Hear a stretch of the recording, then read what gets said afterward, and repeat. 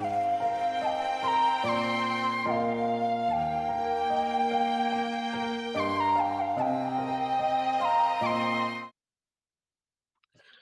lacrosse friends, and welcome to Inside the World of Box Lacrosse, ITWOBL on Blue Squatch YouTube channel. I'm Stephen Stamp with Adam Levy. We've got Greg and Charity Beecher in the background. Greg may pop up in the bottom once in a while if we say something funny, just so we can all see that he's laughing with us. And yeah, see, it happens all the time. And we are deep into the playoffs. Adam, we're going to start out by taking a look back at last week and, of course, the semifinal results with not very close game for Buffalo. I mean, just an unbelievable defensive and goaltending effort from the Bandits. And then a much closer game that they still found a way to win, as the Bandits are wont to do. Yeah, I mean, this Bandits team all playoffs long. I mean, starting with that quarterfinal against the San Diego Seals, which was the same concept. I mean, this team just whatever they had to do to find a way to win. And I think what's been so impressive and what's made this team so dangerous all season long is that it's not the big guys stepping up. I mean, Ian McKay has become a superstar on that team, the way that he's carried them. I mean, I think that it's pretty clear that, if the Bandits continue on to win the finals, that either he or Matt Vince should be the finals MVP and get recognition for that. But it's just finals, right? It always is confusing. Is it all playoffs finals, right? Yeah, it is weird. It is weird that way. But, I think that it's just been amazing. Kudos to the Warriors for that second game. I mean, that was an unbelievable lacrosse game. But the Bandits, as they do, I mean, they are really one of the best second half teams, especially late in game teams in the National Lacrosse League. There's a handful of times they've been down and they just find a way. And once that team gets rolling, I mean, good luck stopping them because they are amazing. Well, and they're so used to dealing with the big moments. There's no flappability, right? They're so calm, so poised. Some of the plays they make, I mean, the one-handed pass by Josh Byrne, just ridiculous, right? And I mean, they celebrate it after, but at the time, it just seems like something they do. It's not a normal thing to make a pass like that, right? Yeah. So from that position to where it went, from behind the net out to the front on the far side, and so smoothly. And I mean, yeah, they have been there. That's why everyone puts so much value on experience. Yes, right? Is dealt with those situations. I think we've all been through things when we're playing sports, right? Where something comes up and you deal with it, you make a play or whatever, it doesn't really work, and you're like, oh, I totally know what I should have done. Like 3 seconds later, that 3 seconds is the difference. And having been through it and done it over and over and developed the instincts, that's what makes the difference, right? And so, the Bandits certainly had it. And again, kudos to Vancouver, especially for that second game. But Buffalo moving on to the final, have their chance to three-peat. On the other side, we all talked about how Saskatchewan, maybe they gave away their edge in the series by letting the first game be in Halifax. I talked to Derek Keenan about it, and he was pretty clear. He said, our travel would have been awful if we had to do, Sask and then Halifax in the same weekend. And he looked back, and I wrote about this on IL Indoor, that they look back in March when they played in Georgia, and the following week in Halifax. You see the score that Halifax beat them by was 18-9 or 19-7, or it was a blowout, and they were terrible. Saskatchewan was objectively terrible in that game. And Derek Keenan pointed out, like, they all got in late. They didn't have time to practice. The flights, they played Saturday in Georgia. They all go back to work. Then they're playing Friday in Halifax. And they just didn't have it. So they were there. Their players arrived Wednesday and Thursday night in Halifax for the Saturday game. They practiced. They slept well. They got into a rhythm, and they felt very comfortable. And the result that you see is the Saskatchewan team that we have seen at their peak this season. Right. And actually, I'm not sure I know this. You might know this, Stamper. Do we know, did Halifax fly in, or did a lot of that team fly in last night? Are they there? Are they flying now? What is their plan? I don't know actually when they were getting in. So it'll be interesting. I mean, I think for Saskatchewan, the big thing is because there aren't direct flights, that they find it really important that extra day for the playoffs. It just because the flights, and honestly, having just flown home from Prague on Monday and had a 23.5-hour journey between time in the airport in Paris and the length of the flights and the time everywhere and then driving home. I mean, I know they're not dealing with that length, but I couldn't have played a solid game Tuesday. I played Wednesday night, and I think the reason I wasn't at my absolute peak was because of the travel, plus because I haven't played for 3 years since my heart issues. Well, I do think that if anyone understands what it means to travel in this league throughout the playoffs, you and I have now proven that we are the ultimate road warriors as well. Your journey was incredibly epic, and so I'm very glad that you're home and that you get to relax now, because you have been one of the busiest people in lacrosse. Yeah, well, we're just moving, but Well, that's okay. Yeah. You get it. I know the kind of week you've had as well, but and the thing for Saskatchewan was take away those factors as much as you can, control them as much as you can, and they did a great job of it. And we'll get to our picks in the third section of the show, but it's Saskatchewan certainly looking good. We know Halifax can bounce back, but on the weekend, the other thing, and I think you wrote about it, was they really flustered the Thunderbirds as well. Yes. And I think that that's going to be key. It wasn't just it was a beatdown, but Halifax began to unravel at the end. Composure, mistakes. It really it seemed like things weren't coming together. And for that to happen on their home floor, I mean, it was actually their second worst home floor loss since they moved to Halifax.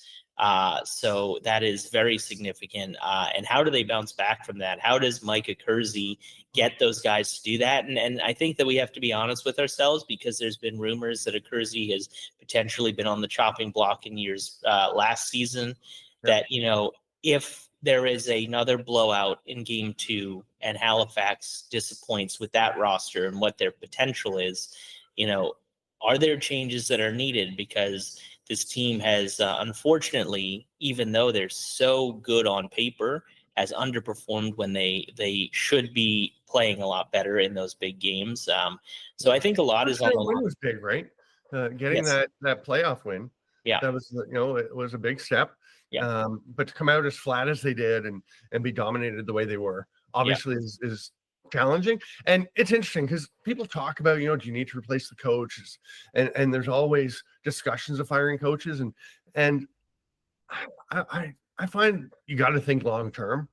I mean, look at Rochester. Mike Hazen would not be there if they'd looked at short term results. Right. They've now made the playoffs 3 years in a row. Right. And you can be reactive and I mean, they've done a lot of good things. And in Halifax, Micah Kersey's done a lot of great stuff. I think the one thing to really keep in mind is when you're thinking about replacing your coach, it doesn't necessarily mean you're just going to get better.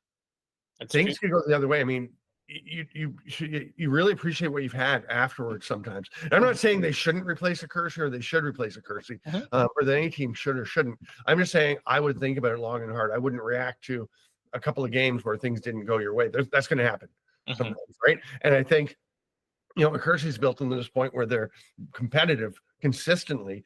And you see that in the NFL all the time where teams, they make the playoffs and they're doing well. And they're like, well, we haven't got over the hump and won a conference championship or a Super Bowl. So we're going to replace our coach. Well, that coach got you there. And your next coach may not even make the playoffs. You just don't know. So I think it's important to keep in mind, and they talk about that again in the NFL. Every season is a new start. You don't start where you were the year before.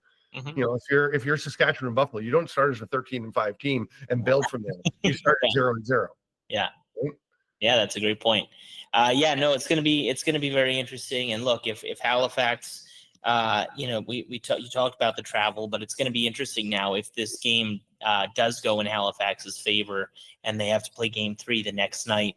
And we know that the game 1 of the finals is on the 16th. I mean, what is either team, whoever wins game 3 is who are they going to have in the tank? Because that is exhausting. Yeah, it is, right? The back-to-back games and with Buffalo having this weekend off completely. Yeah. Now, there's always the debate, like the discussion, do you want to just keep going if you're playing well? Do you just want to just keep rolling? Teams often don't like a bye week during the season. Yeah. excuse me, a little tickle in my throat, but I don't think at this point of the year the Bandits are going to mind having this weekend off. With Chris Galucci's been in and out, Dehogan Anacok's been in and out. They've had guys on and off the roster dealing with nicks, as I mean everyone is doing at this point in the season. It's a grind. So I think they're going to love that rest. And if there is some rest next weekend, I don't think it'll take the Bandits long to shake it off.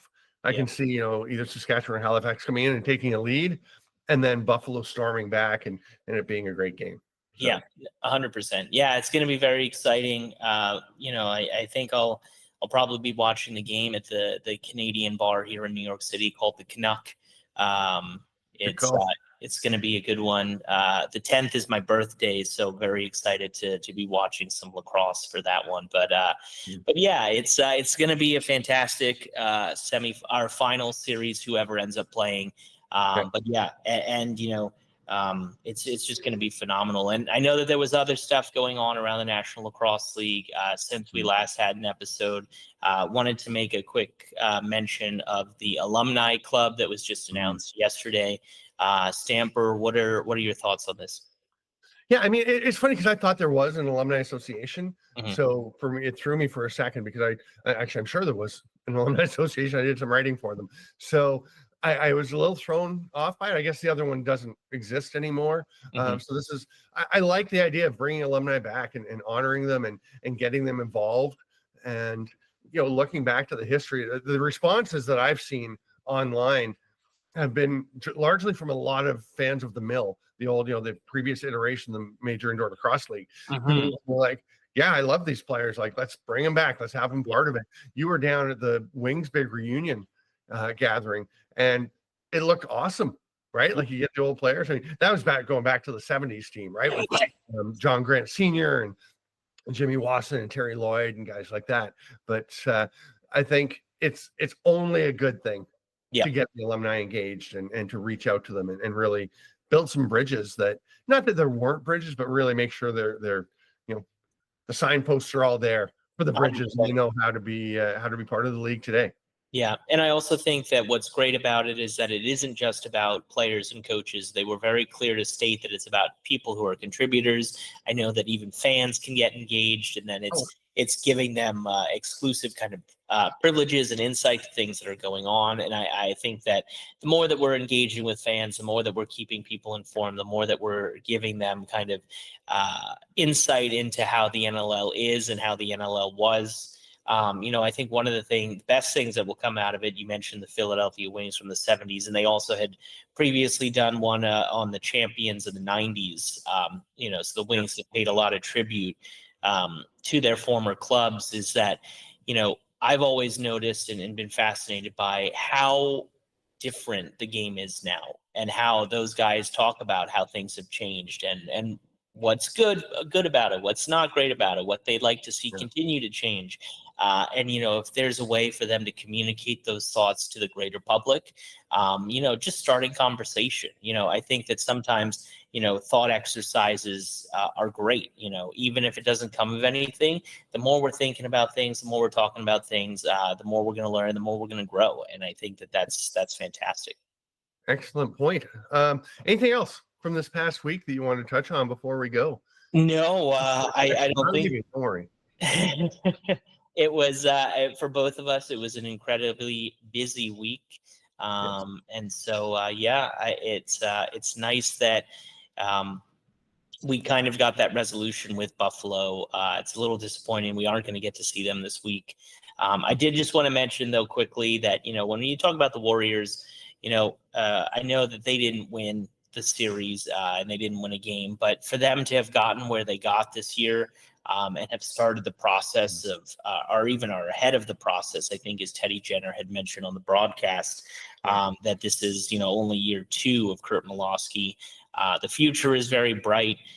We got to see what happens with Dylan McIntosh has kind of stormed onto the scene there, but the guy who has really impressed me, and I know that he's, been expected to be a notable star for the Warriors in the future, but Marcus Claridge has been so good for them. And the way that, he's fearless and he's attacking the net and he's finishing, like he I think is going to be a great part of that team for the future. And the fact that he's a local guy is also positive for growing the game in Vancouver. So obviously not the ultimate result for this year for the Warriors, but the future is very bright, and I expect them to have a very active off season as well to continue to bolster their roster. They also have Ryan Sheridan.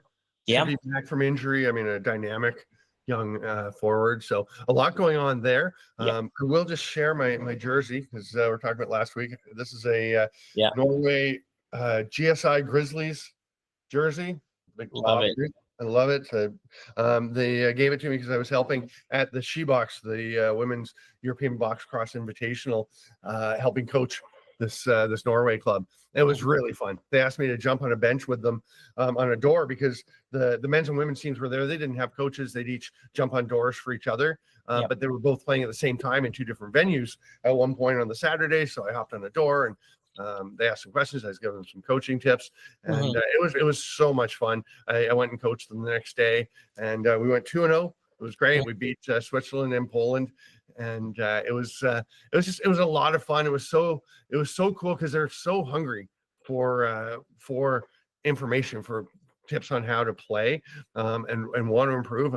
There was one, like I talked about, to one girl who picked up a loose ball with about 4 seconds left, basically in her crease with 3 opponents around her, and we never got out of our end. We had a 10-second count. So I was like, okay, in that situation, don't pick the ball up, just muck it.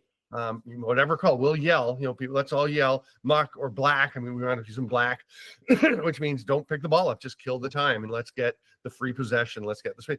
And the next day I asked if anybody had any questions about stuff we'd done. And she said, yeah, that thing about the end of the clock, like I didn't quite understand. So I went through with her and the whole team, and she did it perfectly at one point in that game. And we did it as kind of a course of habit in those situations. So it's really rewarding and really fun to see them just learning and applying, and how much fun it is for them to develop in the game. I mean, that's amazing. I mean, again, like we were just saying about, with the alumni club about learning. I mean, the fact that you have these women who are so engaged and wanting to learn and things. And, I think I've mentioned this before on this program, but the amount I've heard from the men's coaches and so many different people around the lacrosse world that all say that the future of lacrosse is in the women's game. I mean, it's great to see these pioneers, these women who are kind of really pushing things forward. So to hear stories like that is just awesome.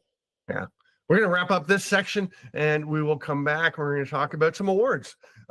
We have put out our IL Indoor Awards finalists. The National Lacrosse League put theirs out the other day. Let's take a look, see how they compare. We did it a bit on IL Indoor. Let's see what your thoughts are and what our thoughts are. We know there's one big miss in there.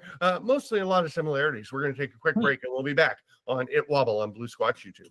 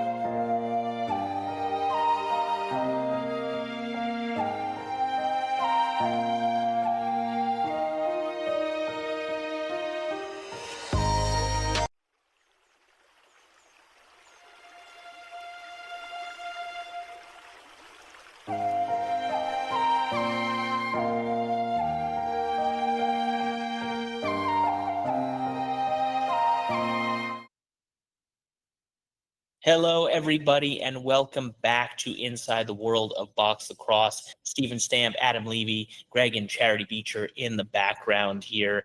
Very excited to have you back for this next section. But before we do hop into our awards and going over who the NLL's finalists are for those awards, we did just want to kind of touch on a very interesting topic. It sparked a lot of conversation and I would say a lot of outrage within parts of the NLL community when it was announced that the new Utah lacrosse team, Utah hockey team in the NHL is called the Utah Mammoth. Utah, obviously, geographically very close to Colorado and to Denver. And as NLL fans know, there is a pro box lacrosse team there called the Colorado Mammoth. And Colorado, very rightfully so, just put out a very simple tweet. They said, Mammoth since 2003, saying we've been here way longer than you have. But Stamper, what do you feel about another professional sports team taking a name that's already been used? It's interesting because it's not a common name, right? I mean, if they call themselves the Giants or the Bears or whatever, there's some that are used over and over and over, right? Panthers. I mean, nobody's going to complain about you calling yourself the Panthers. But Mammoth is very unusual. Now, I did see something, and it may have been wrong. I mean, somebody's talking about the connection because Stan Kroenke owns all the stuff in Colorado, right? Owns the Mammoth. The Colorado Mammoth, along with the Avalanche and Nuggets as well. I don't know. Yeah. That's and then isn't there some connection with the Utah Hockey Club as well? Or maybe it's just that the Avalanche are in the league with with Utah. Yes. I think so. It's like, did anybody say, "Hey, Stan, is it okay if we use this?" Right. I don't know. I mean, the fact that there are other franchises or other teams in different sports that have the same name, I don't know. It's a big deal. It's a good name. Another great logo opportunities. I don't think it's a huge deal. And I like the way you said Colorado. The Mammoth didn't make a huge deal of it. They just said, we've been here. Maybe they ride that as a way to get some more NHL fans watching and becoming NLL fans. So I don't hate it. Yeah, I mean, look, I'm going to check the total now, but last time I checked yesterday, that one tweet, here we go. That tweet from the Colorado Mammoth has almost gotten 10,000 likes. So people really getting behind the Mammoth there. Obviously, it's one of the most passionate fan bases in the National Lacrosse League in the Loud House and Ball Arena. So you got a lot of fans there that are very proudly Mammoth focused, but I think you're right. Did Stan Kroenke, did he say, I this is okay with me, it's a different league, whatever. And if that's the case, then all of this is a moot point, in the sense that, if he's giving his blessing, then that's all good. But yeah, it is interesting. Great to bring up, there are teams like the Giants and the Panthers and others, because this isn't the first time that this has happened. So what about, here's one, and nothing, I mean, I'm not sure how confirmed all this is, but certainly back when the NLL was expanding and there was a lot of talk about a team in San Francisco, right? And that's when Vancouver switched from the Stealth to the Warriors. And certainly what I heard rumblings about was that the folks in San Francisco in the Bay Area and Golden State didn't love Vancouver taking the name Warriors if they were going to have a team up there because of the Golden State Warriors. And that may have been the reason. Now, who knows, right? If that's really what it came down to, if that was a factor. But yeah, I mean, who knows how things play out. I think it's the one thing I'm curious. You look at the logo that the Utah Mammoth put out with the blue and the white, and it looked okay, right? But I mean, the Colorado Mammoth logo is fantastic. I think Colorado's got the best uniforms in the league, and have for years. And I'm curious what the Utah ones look like. Because just based on their logo, I don't think they're going to be as good as the Colorado ones. Well, I do think that was also part of the frustration from NLL fans, is that the logo very similar, and even the slogan, instead of Tusk Up, which is the Mammoths, it's Tusks Up, which that's a little bit too on the nose. So I think at some point we got to be like, what what are we doing here? But yeah, I mean, you're totally right. I did not know that about the Warriors. That's very interesting. Yeah. But I think that as a soccer fan, and I just have to. I don't think we've spoken since Liverpool officially won the Premier League this season. I know we're both very happy about that. But that's the great thing about English soccer is that you go by the city name, so no confusion as to which team is what league. Yeah. Yeah. Although, I mean, Bolton Wanderers and Tottenham Hotspurs, I mean, they do have a lot of them do have nicknames, but I mean, Liverpool, I know people call them the Reds, but it's just Liverpool Football Club, right? So, yeah. So I think that's also partly because probably there aren't the same number of teams I mean, there's a lot of football clubs in London or wherever, but you're not going to have the NFL, Major League Baseball, NHL, NLL, NFL, NBA, all the teams, which could make it tricky just having the city name. Exactly. I don't know. Yeah. I don't know. So how about those awards? The awards. I've actually, well, first of all, actually, Stamper, why don't you take us through, because you wrote up a great article kind of about how what our finalists look like compared to the NLLs. It's very interesting. We've got, as you mentioned, as you alluded to at the first segment, one maybe major gripe, but pretty similar overall. A lot of similarities. I mean, you look at the MVP, and both the NLL and us at IL Indoor, we both had Connor Fields and Dane Smith. They went with Wesley Berg as the third finalist. We went with Jeff Teat. I think you made a good argument either way. We certainly leaned a lot on how far ahead Teat was of all his teammates in scoring, like 47 points and 32 goals, more than anybody else on the team. I'm not sure how much more valuable you can be than being that critical to any time your team is scoring. Wesley Berg, 5 game-winning goals in their 9 wins this year. He was unbelievable. And they weren't just like, I think one of them was one of those, relatively early in the game, they win by a fair number, and that happens to be the one that gave them one more than the other team wound up with. But most of them were late in games, overtime, critical situations, and you just had that feeling of inevitability that Wes Berg was going to do it. So I like Berg being in there as well.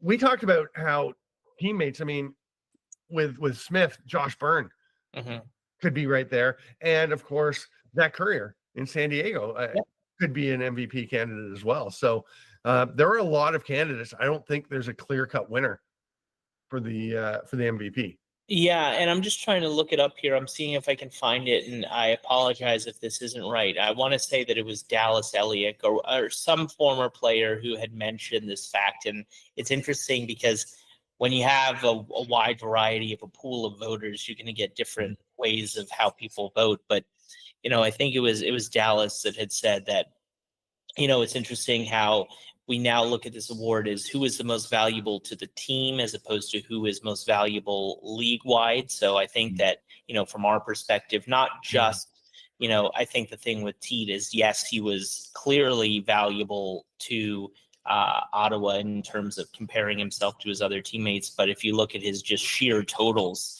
obviously surpassing Wes Berg.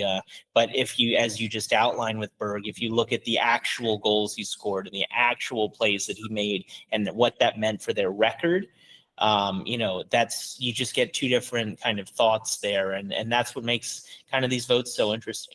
Yeah. And I mean, and fun, right? I mean, you look at that, and there's obviously other guys you could throw in there. Yeah, Zach Currier does have an offensive player. Sorry, what's that? Oh, I just said Zach Currier, like you mentioned. He did a little bit of everything excellently. Unbelievable. The offensive player of the year is an award the NLL presents. We chose not to do that. So they've got Connor Fields and Dane Smith again, and they do have Jeff Teat in there. So that's where it becomes interesting. Like when we talk with the MVP and the goalie of the year, that Christian Del Bianco wasn't on the ballot for the NLL for MVP, but he was for goalie of the year. And I've kind of expressed that I feel like it should be the other way. I don't see that he can be the goalie of the year playing 6 games.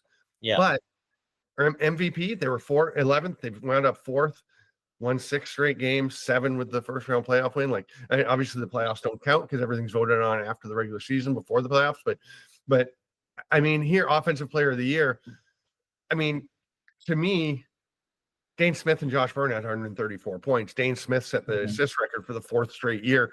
There are all these things that maybe push them ahead of Pete in terms of just the offensive play. It's more the importance of his offense that to me is critical for Pete. Well, the interesting thing too, and you know, I imagine it's the same in other leagues as well, but you know, it's almost as like when we see these awards and the finalists, so we get the pool of nominees and then we get the finalists, it would be interesting to see how things would change in people's votes. Is if you did a second vote once you knew who the finalists were, it would change in comparison to just using it from the first vote total. Right. Especially for, I think the MVP this year is a good example of where there are so many players that could be considered that they, you know, Josh Byrne may have got a ton of votes and just, you know, finished 4th and now he's out. Do all those people who voted for him now vote for Dane Smith, or do they vote for someone else? You know, people who might have voted for Zach Currier, do they all jump on board Westberg? You know, and that would be really interesting, have it as more of a runoff where you have to get to the final round. Yeah, no, it'd be interesting. I'm not sure that's going to ever happen, but you know, a lot of logistics. As I think we all know, it's tough to get a large group of people to do things a lot of times, and do it well. So, but yeah, it's interesting. So, what award do we have next, Stamper? Should we touch on Rookie of the Year, because that? Well, I was going to go through in order. Sounds good. We listen. So we've got Defensive Player of the Year.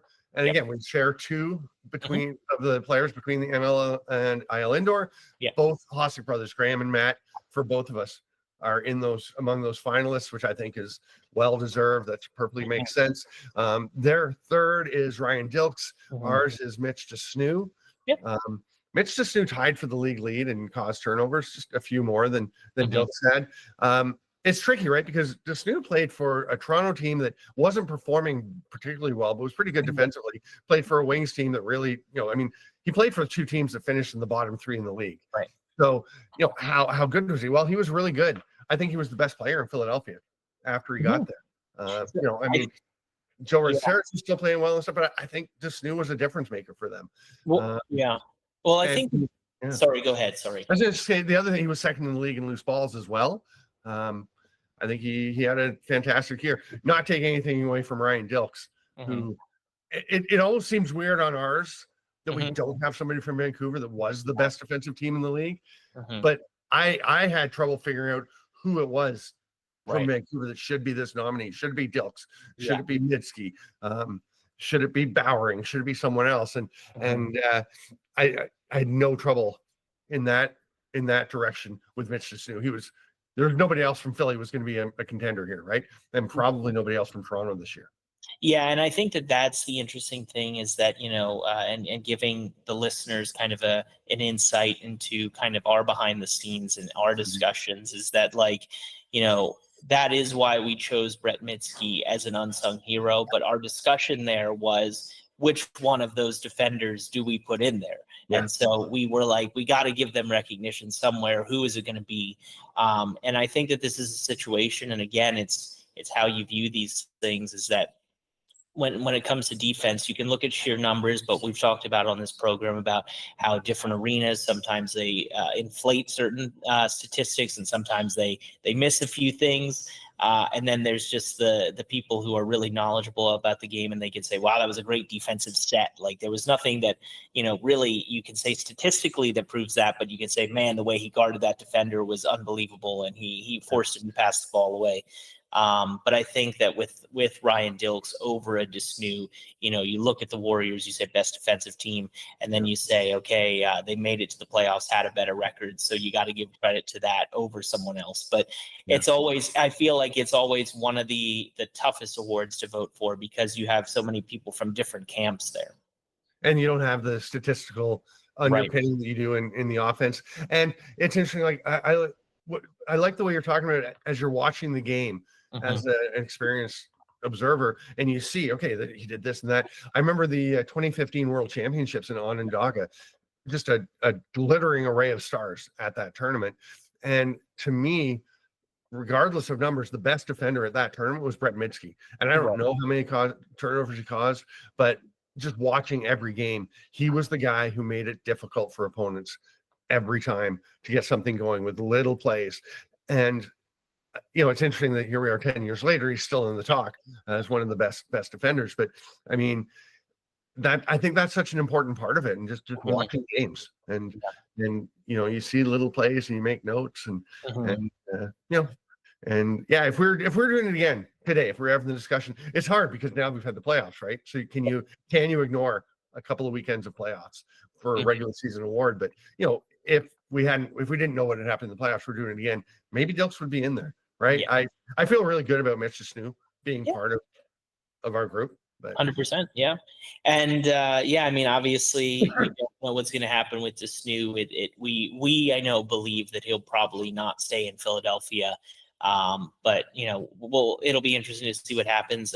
We do know in Philly that Scott Dominy is coming back, and if Snoot were to stay in Philly and Scott Dominy's there, I mean, those are two great guys to have on your club together.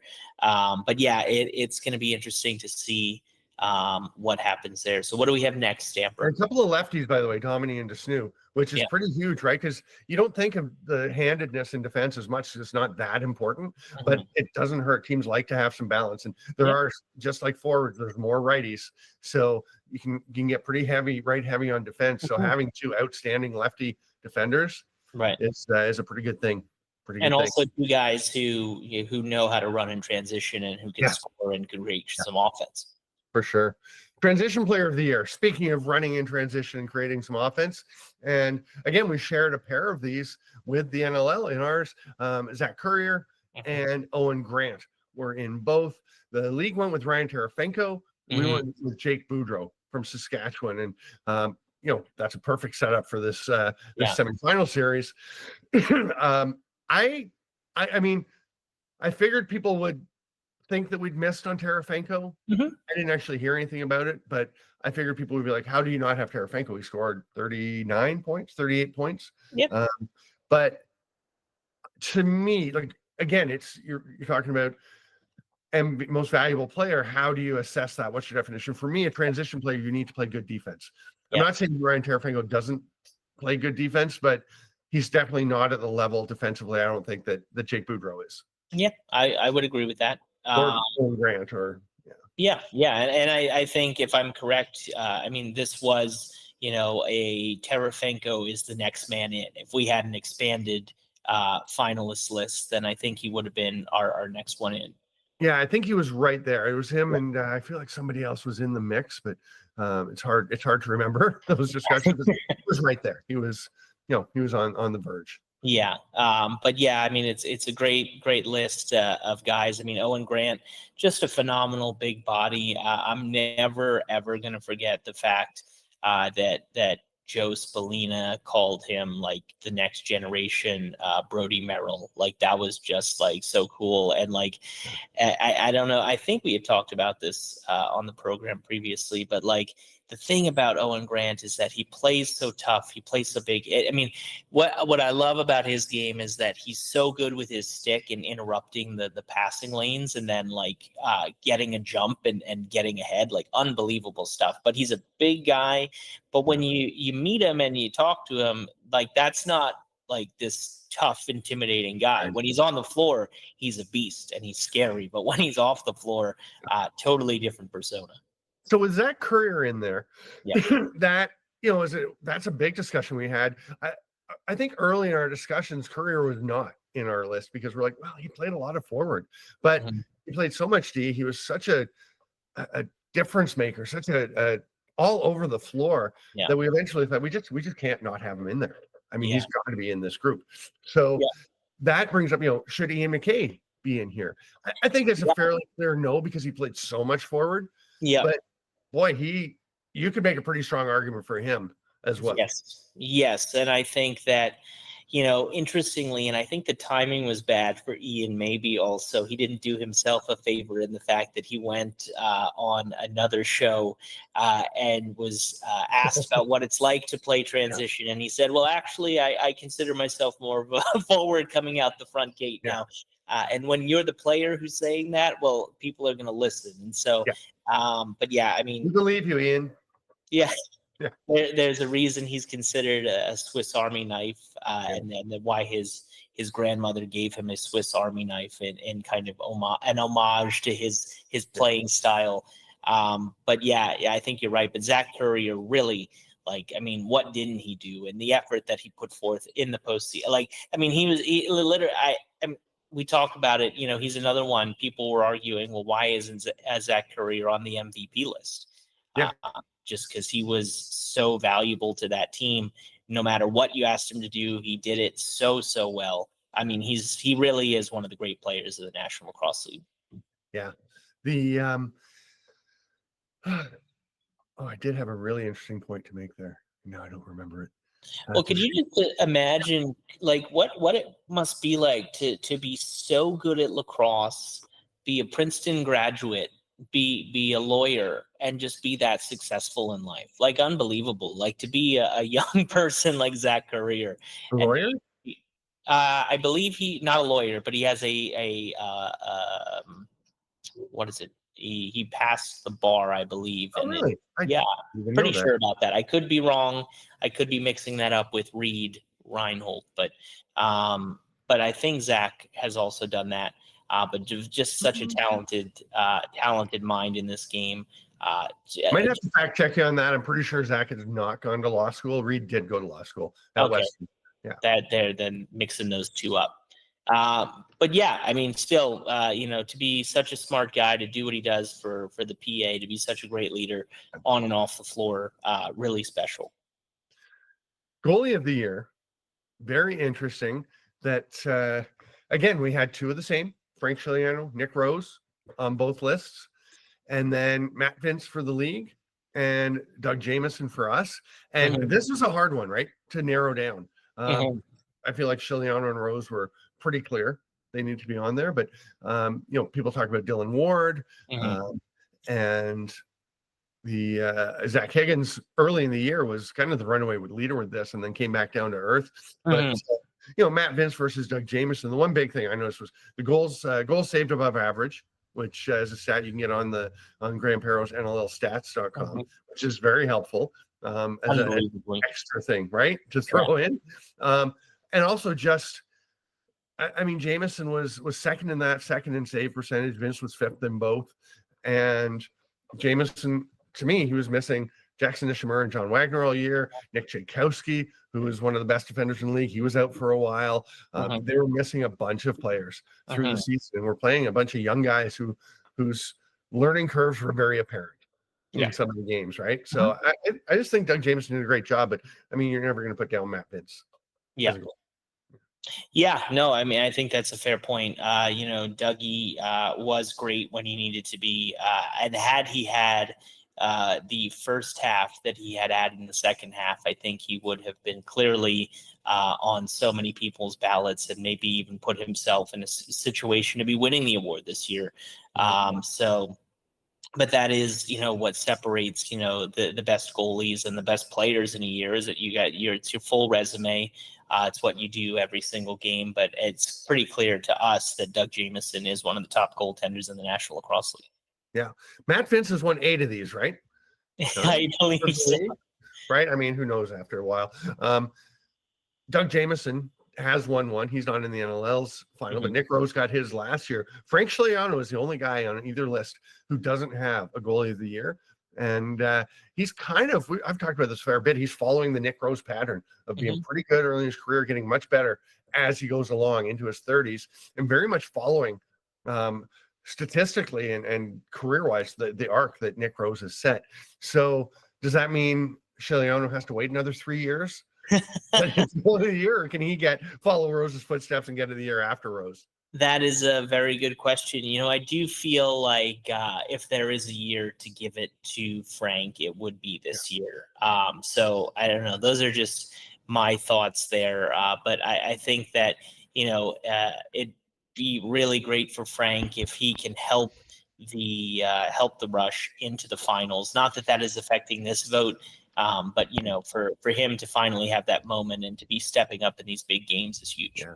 just a reminder for everyone that the voting was all completed at the end of the regular season before the playoffs started. So don't come after us and say Ian McKay has 9 goals in the playoffs and he should be the this or the that. Yeah, well, that's irrelevant to these discussions. Right. One other thing before I let Greg jump in, because he's itching to get in and share something, is that the Peterborough Lakers put out a post with Nick Rose talking about season tickets, saying, "Hey, Peterborough Lakers fans, come on out and get your season tickets. We're really excited about the year ahead." It was so strange to see him with the Lakers logo behind him. You just think of him as a rock guy, right? Yeah. It's been so long there, and it was really weird. It's going to be odd to see him in the Lakers jersey down at the Memorial Center, which is like 10 minutes from where I'm going to be living. So I'm going to probably see quite a bit of that, and it'll be interesting. It'll be interesting.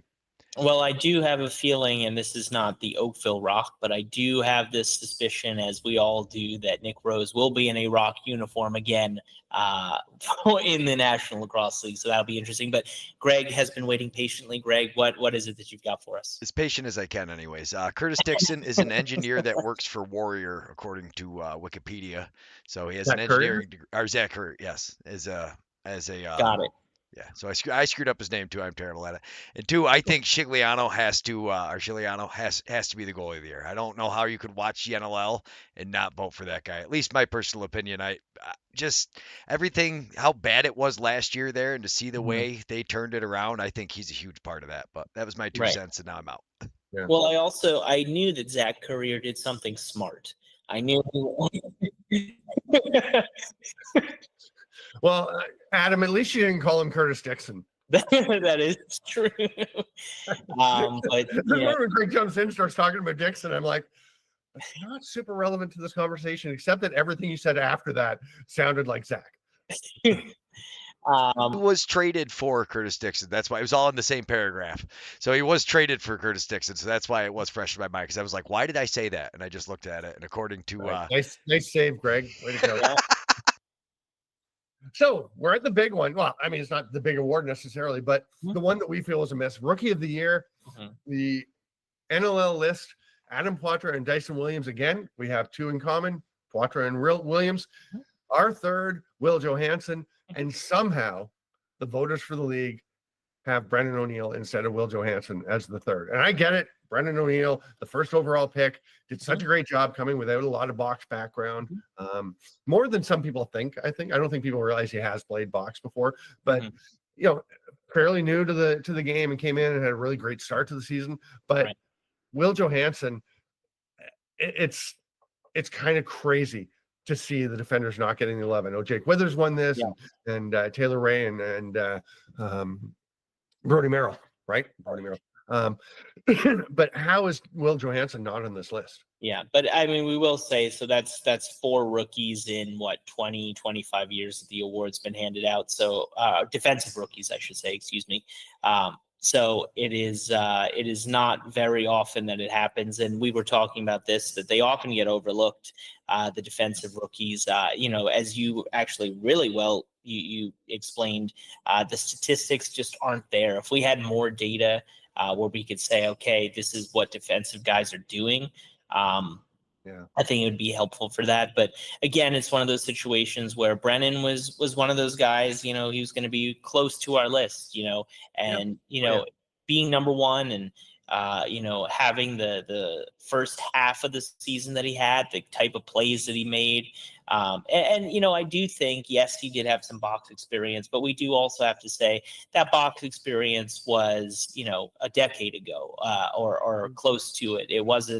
He wasn't playing in college, and he wasn't playing like right before college. It was a little younger than that. So, for him to just jump right back into it, and, even NLL guys, rookies that come in who have been playing box all their life, when they say, man, the jump from junior to the NLL, that's crazy. I didn't know what that was going to be like. I mean, now he's doing that.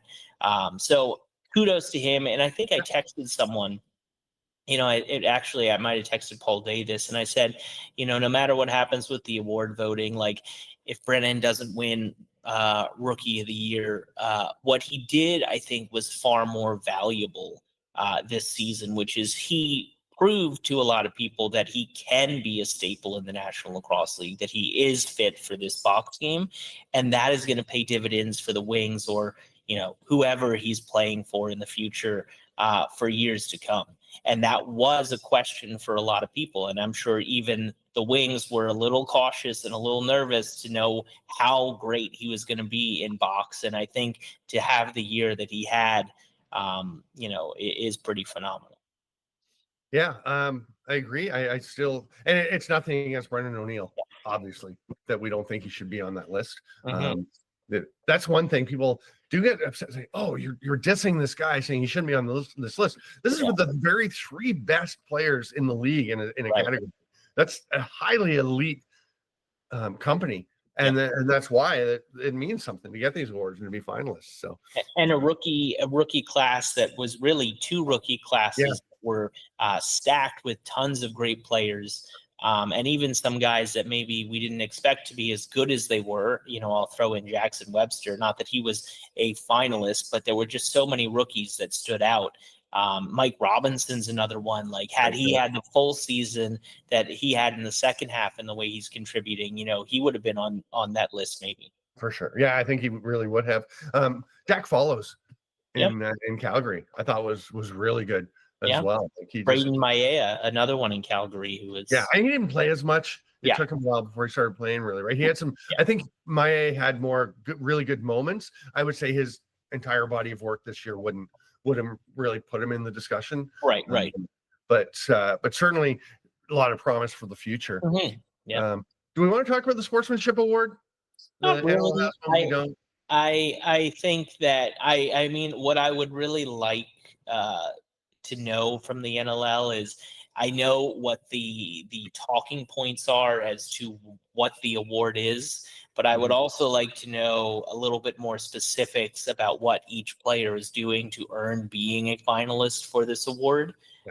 That would just be interesting, I think, for fans to know. It's one thing to say, oh, this guy, he's very kind to his teammates and he plays the game the right way, or he does a lot to grow the game in the community, blah, blah, blah. But what are some of those things? We're talking about, with players, tangible statistics and things like that. Well, what are some of the things that we can look at that these guys are doing to earn being on that list?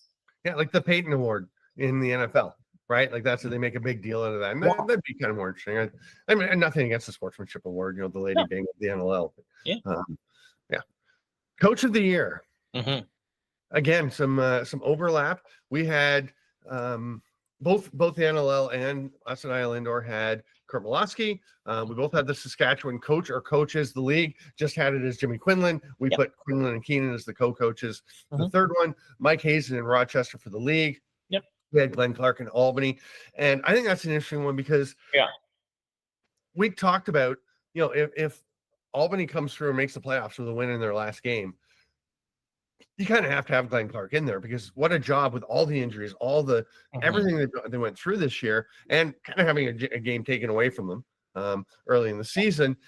And still, if they'd made the playoffs, and we wanted to put them in anyway because they were so close to it. They played really well their last couple of weeks, against San Diego.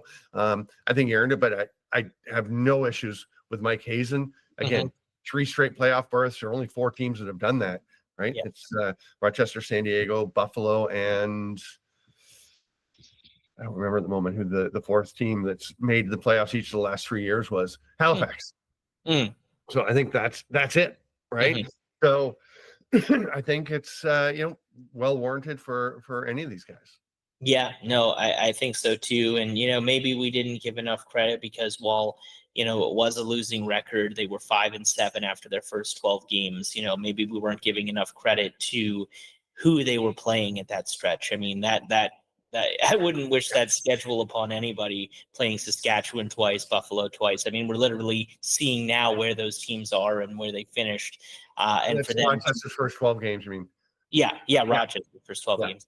For sure. And also I will say, just thinking about it now, the way that Coach Hazen, and I got to speak with him and the team throughout the year, the way that they handled the Rylan Hartley and Riley Hutchcraft situation, I think, considering the expectations of Hartley and him kind of being the number one guy in their mind, but, giving Hutchcraft enough opportunity and enough leeway to really step up and step into a role and give him some confidence. That's tough to manage, egos and opportunities, and especially a guy like Riley who has been, a backup for so long in his career, and he's itching to get that number one kind of spot. Yeah. But then for him to manage, to say, hey, we've got Hartley, he's back, he's ready. Like, what your role is, he knows what his role is.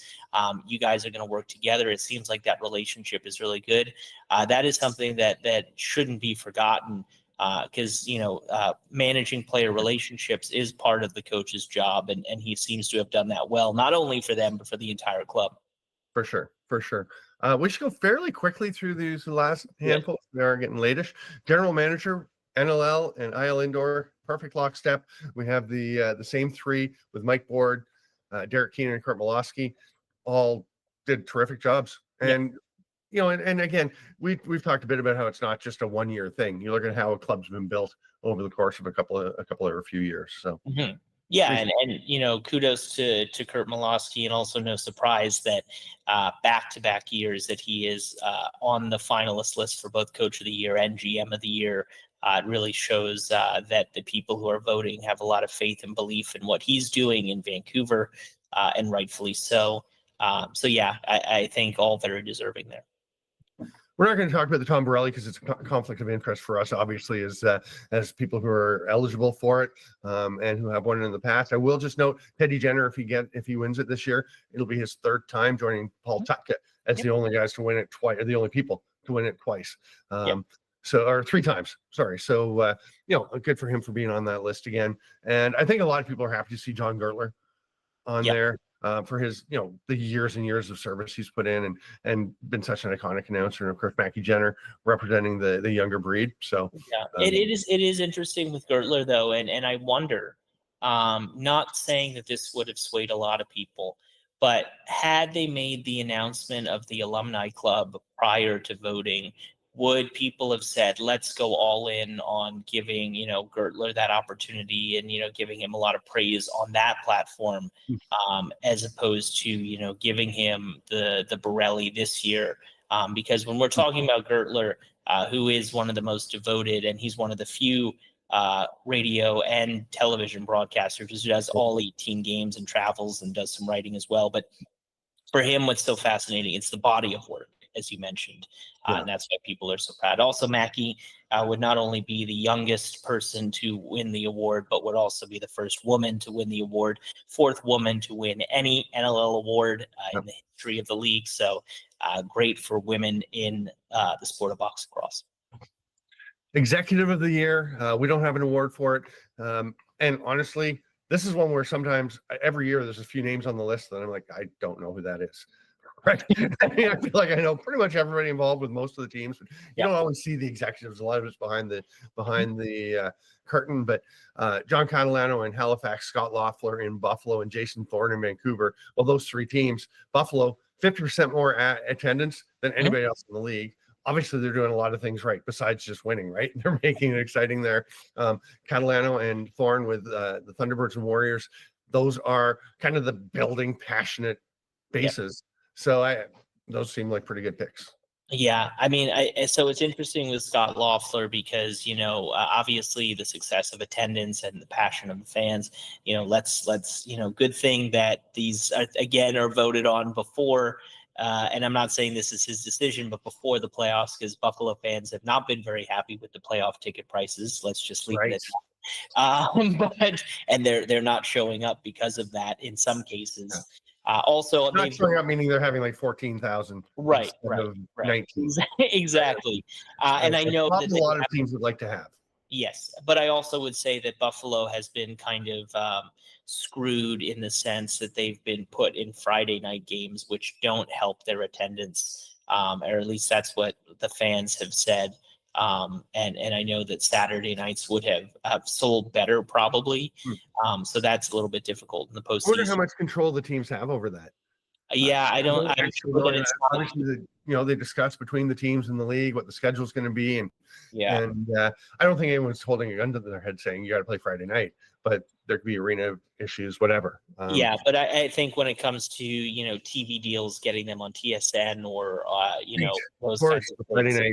Yeah. So that is, I think, has played a factor in this. But again, Scott Loeffler, phenomenal job, just like John Gertler. The effort that he's put in for the amount of time that he's put in with his club and what has grown there. And I've met him and I've been around Buffalo. It's such a passionate and devoted person to this league. But all three of those guys, I mean, Jason Thorne, what he's done there, from an executive point of view, and really that whole executive staff, to make these big, bold decisions, who to hire, to get Kurt Malosky to make these moves. Like, they're operating like an NHL team, like their ownership group in the Acalanes, who are doing big things. And so I think that's well deserving, and the Warriors have their best crowd, and it's only growing, and it's probably only going to get better. So I think it's going to be interesting to see who wins that award, but all deserving.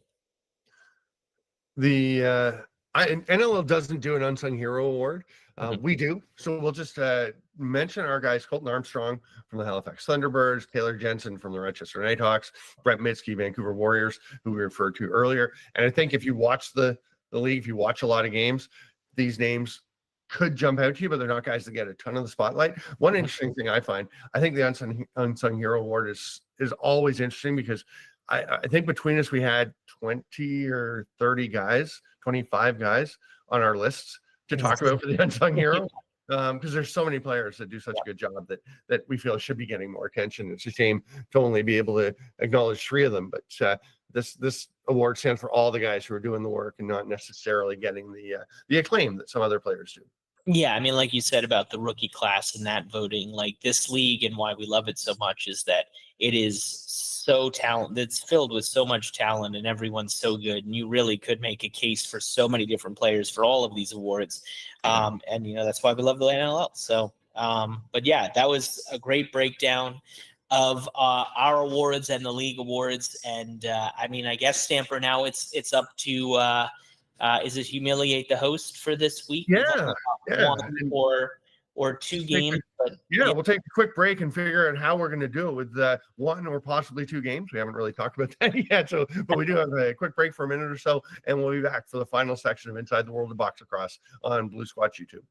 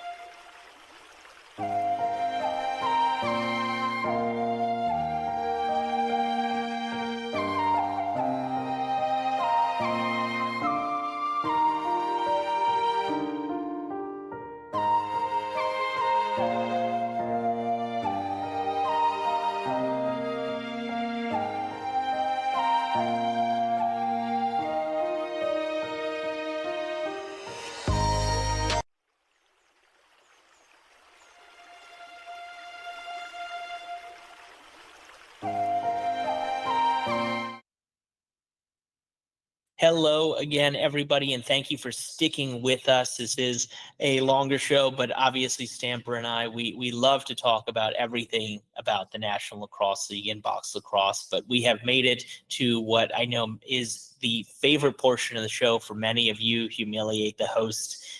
Stamper and I trying to finish strong with our records. As you can see there, and I have to do it, Stamper. That's just, it's in the contract, I think, that we signed. I have to just mention that I am 6-1 and Stamper is 4-3.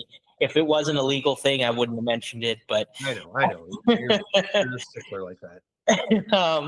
But yeah, it's an opportunity for us to pad our records a little bit more. We know we're going to have at least one game, and that is Saturday, May 10th. Again, my birthday. Got to give myself a pat on the back for turning 34. But then we may end up having a game on that Sunday, a back-to-back, both in Saskatchewan. So for that first game, game 2 at the semifinal, Stamper, who are you going to pick? I'm going to take Saskatchewan. Honestly, I think they're going to win the series. I was kind of hoping we just go, who's going to win the series? Because maybe Halifax wins a game on Saturday, but I don't know. I mean, Saskatchewan just is looking really good when they come in and bring their game together. They're so difficult to deal with all over the floor, and I think they do have an edge in goaltending. You look at all the numbers, like the way Ciliano has performed. Will it be Hill or Hutchison for Halifax? Either way, I think you got to give the edge to Saskatchewan. Great. You just edit out that stuttering that December, and we come down to Saskatchewan, I think. Yeah, I think we're on the same page there. I mean, especially after that win on the road in game 1 for me, really just said to me, whoa, that Saskatchewan team is really good. And I would love to see a finals between the Buffalo Bandits and them. I think that would be such a great series.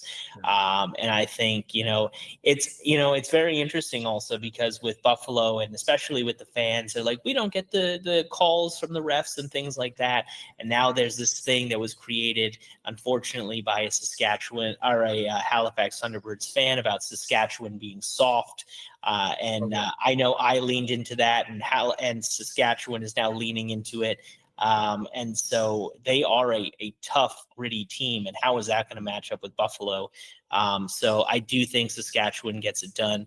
I hope it's more competitive than the last game, but man, they are such a good team, the Rush. Yeah, they really are. And I think a Buffalo Saskatchewan final, like you said, would be great. It was a 9-7 win for Buffalo when they played in the regular season. I think it would see some terrific games. And I think it'd be really interesting to see how high scoring the games are, because both teams can score, but they are, two of the best defensive teams in the league as well. So, and I think, you go through all the statistics, all the, records at home and on the road. You look at the goals for and against for all these teams, and it seems not just from the record of wins and losses, but from everything is saying it should be Buffalo, Saskatchewan in the final. So we are taking Saskatchewan to win this one. And I'm guessing as we go to, if there's a game 3 of Halifax, because anything could happen. I mean, we've seen things turn around. Right? Yep. I'm for sure Halifax can go and win a game on Saturday. I don't think there's any question they're good enough to do that. But I mean, I think Saskatchewan's going to win one of these games, so I'm going to pick them for Sunday as well, because if we were wrong Saturday, I think they bounce back Sunday. Yeah, and so I would also say, and we were kind of talking about it in the recap with Halifax, is that they need to be very, very careful with how they play in game 2, in the sense that if the Rush start to pull away, you cannot let what happened at the end of the game and what has happened throughout the season with Halifax, you cannot let that get away from you, and you cannot let the game get to your head. And that has been a hurdle that they haven't necessarily always been able to get over this season. And so they're going to need to be really cautious with, they know that everything is on the line in this game, that they have to win in order to stay in, but they also have to be very careful that they don't let things get out of hand, because that is not going to be in their favor. And so it'll be very interesting. But yes, of course, I think, the one thing here that I think that we're all waiting to see is that, are the Saskatchewan Rush fans going to show up in droves like they should be? Because those numbers, I mean, I don't get it. I do not get it. This team is playing so well. They're so talented. Why they're getting the numbers that they are at home confuses me. You talked about Buffalo and the ticket prices, and I heard that a few years ago from people in Saskatchewan saying the ticket prices went up and up. And that maybe was a factor, and some other issues, like just in terms of, I mean, we don't see a lot of how teams deal with their season ticket holders, with all their ticket holders. And, people have frustrations for various teams. And I think that's pretty interesting that, maybe people didn't like the way some decisions were made. And that can be hard to get back, because they're certainly putting out a great product. It's seems like a fun atmosphere. Mhm. So I don't know. I hope there's over 10,000 people. Yeah, I mean, I don't think we're gonna get close to that. I mean, if what were there, how many were in the last game? Like 6,000, Just under, I something. think. Yeah. Yeah. So, I mean, look, if they can double it, that would be phenomenal. Mhm. And they should be. I don't know. I'm obviously having lived back in the States now for almost 2 years. Are there are the Rough Riders playing now, or is there No. another? So there's no other sports going on right now. Well, I mean, the Blades may still be playing in the playoffs. I don't actually know the Okay. Western Hockey League, but no, the Rough Riders wouldn't be starting yet. So, Okay. this Can-Am would be a lot. lacrosse season is hot and heavy underway, so I'm sure everybody will be watching Blue Squatch Productions this weekend on Saturday and Sunday to watch the Can-Am Senior B going on. Actually, it's juniors on Saturday, but Can-Am seniors on Sunday. So that's the only. That Other than that, I don't know. that is I can really an suck easy way the to transition into a plug. That was very Yeah, good. That that was was pretty very good. well done. Pretty good. Greg's so Um, smooth. yeah, it definitely makes up for Curtis Dixon. Yeah. But yeah, it's one of those things that yeah, let's hope that there's a lot of people that show up. You want to have competitive games. So yeah, it's going to be very interesting. Now, I do just want to note, because with the change of schedule in the semifinals, particularly in this series, Mhm. when the NLL originally put out its schedule, it was okay, if necessary, this is how it's going to be.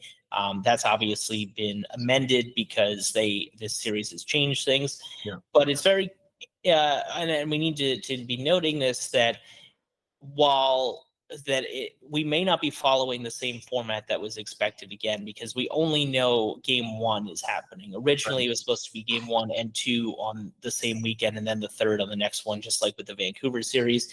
But Right. with no announcement of game 2 yet, have they pushed that back, and are they switching things up where that could be whoever plays? Because I mean, the travel between Saskatchewan and Buffalo, I mean, if we're talking about, Vancouver and Buffalo and Halifax and Saskatchewan, you Mhm. got to apply the same things there. So is that kind of in the works where we have one game this coming weekend and then 2 the next?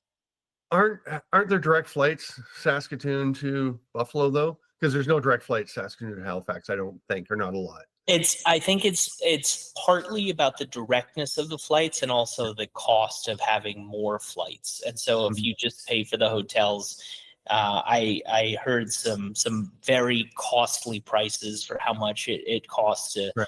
be sending people back and forth. And so I think that that's also what plays into it, not just the directness of the flights. Yeah. One factor though, of course, is that in the Saskatchewan Halifax series, they went with the lower seed getting the home game on the Mhm. weekend, and then the 2 games at the higher seed. That with game 1 in Buffalo already announced, that wouldn't be a factor because they're going to be traveling one Oh, weekend to the other, right? very good, So, very good. yeah. So I don't think it's going to be. I think they'll play 2 games the first weekend. Okay, so then interesting that that has not been announced, or we have not figured out when that is, because it would have to be either Saturday or Sunday. Right. And I mean, the fact that we don't know who that team is going to be yet might be a factor. yeah, could be that too. Could Yeah. be that too. I mean, I guess they could have said if it's in Saskatchewan, it's here at this time. Yeah, And yeah, if it's in Halifax, they could have. But yeah, I'm pretty sure. I would imagine that's why.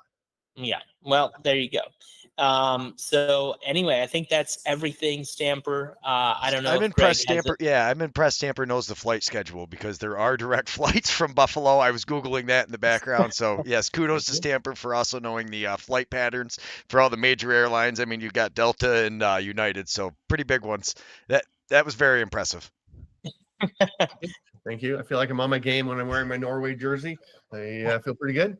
Yeah.